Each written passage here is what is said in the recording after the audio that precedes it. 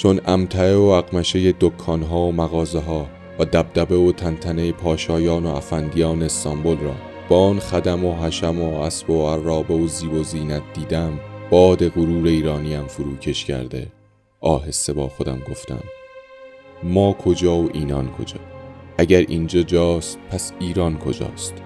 اینجا دارالنعیم است، آنجا دارالجحیم. اینجا دارالصفا، آنجا دارالعذاب. اینجا عزت است و گنج، آنجا ذلت و رنج.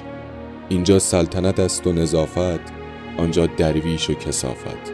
اینجا تماشاخانه، آنجا تکیه خانه. اینجا بازی، آنجا شبیه. اینجا عیش، آنجا تعزیه. اینجا آوازه، آنجا روزه.